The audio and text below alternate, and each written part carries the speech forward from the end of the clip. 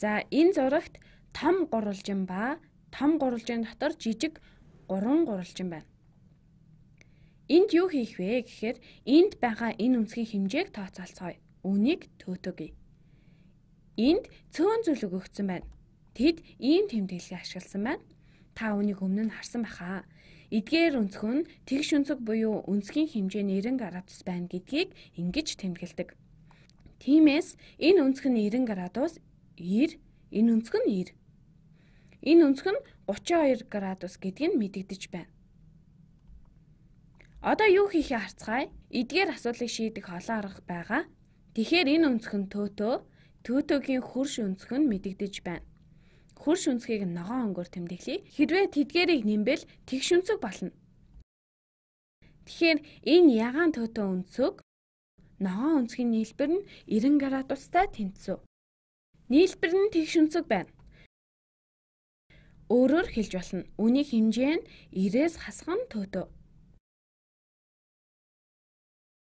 Одоо гурвалжны 3 өнцөг мэдэгдэж байна. Эндээс төөгөө өнцөг олдно.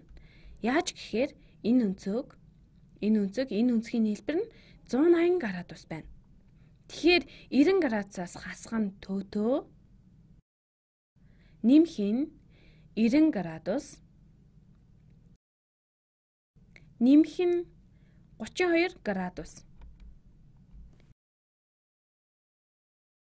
Гурвалжны дотоод өнцгүүдийн нийлбэр 180 градус байна.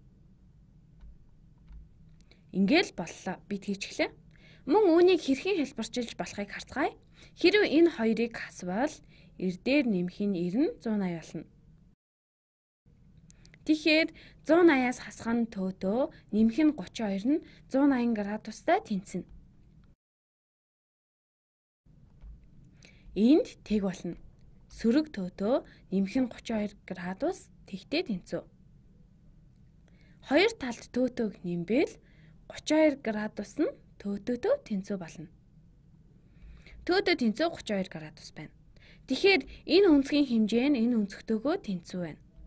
Энэ бол болгыг бодох бас нэг арга байлаа. Мөн энэ болгыг бодох өөр олон арга бий. Энд мэдэгдэж байгаа зүйлсээр тооцоолох боломжтой олон аргууд байгаа. Энэ байгаа том гурвалжинг харуул энэ өнцг нь 90 градус гэвэл энэ нь 32 градус байна. Энэ өнцг нь 180-аас хасган 90 градус хасган 32 градус байна. Ягд гэхээр эдгээрийн нийлбэр нь 180 градус байна. Энэ алхмыг алгасъя. За би алгасаагүй дээр байна. Үүнийг x гэе. Хэрвээ энэ өнцгийн хэмжээг x гэвэл x дээр нэмэх нь 90 болно. Том гурвалжингийн хувьд энэ зургаас харвал x дээр нэмэх нь 90, нэмэх нь 32 нь 180 градустай тэнцв болно.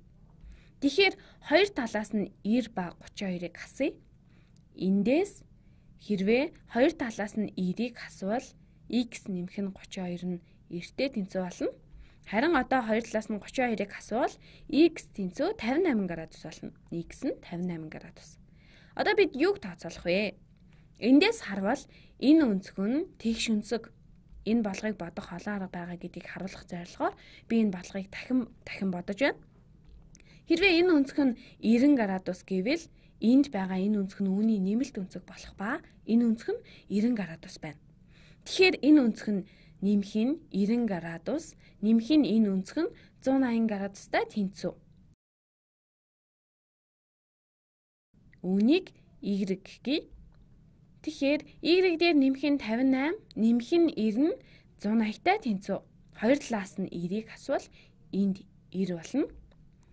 Хоёр талаас нь 58-ыг хасвал y тэнцв 32 градус болно. Тэгэхээр хэрвээ y нь 32 градус бол энэ нь нийлбэр өнцөг болно.